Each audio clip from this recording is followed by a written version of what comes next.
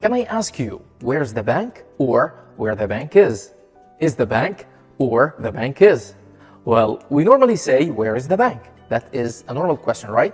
But when we add something before the question, like, can I ask you? Or I'd like to know? Or do you know? Or would you tell me?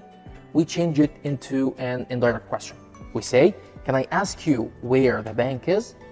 That's the indirect question. Would you tell me what time is it?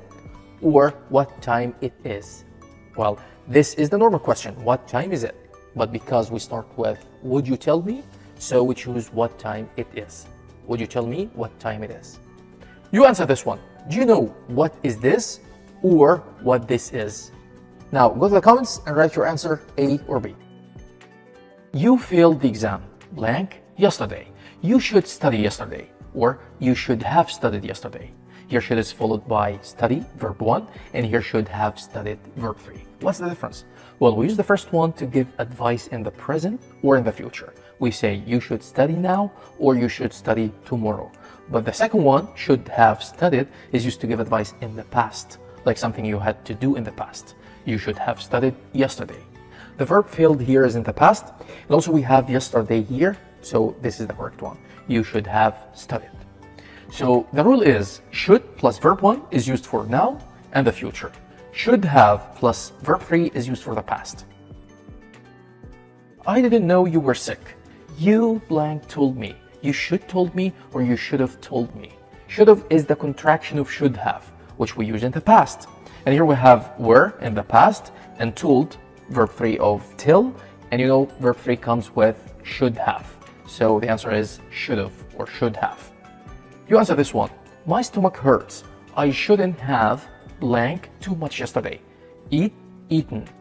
Eat is verb 1 and eaten is verb 3. Which one do we use after should have or shouldn't have? Let me know in the comments.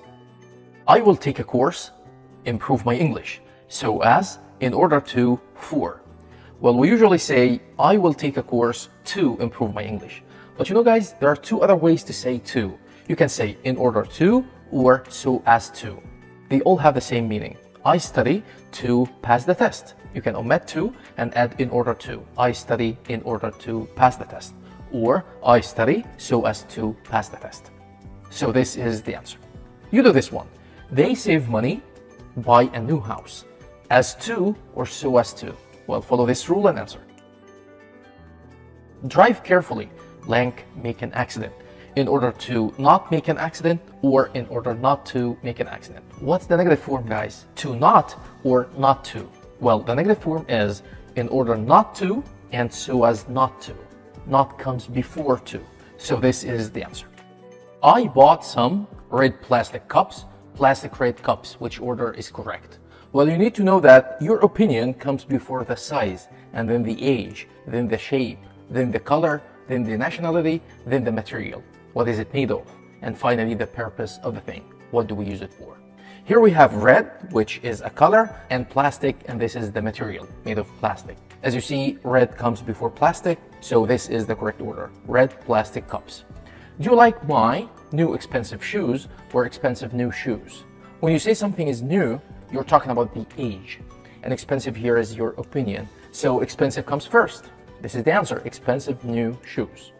He is blank man, an American black man or a black American man.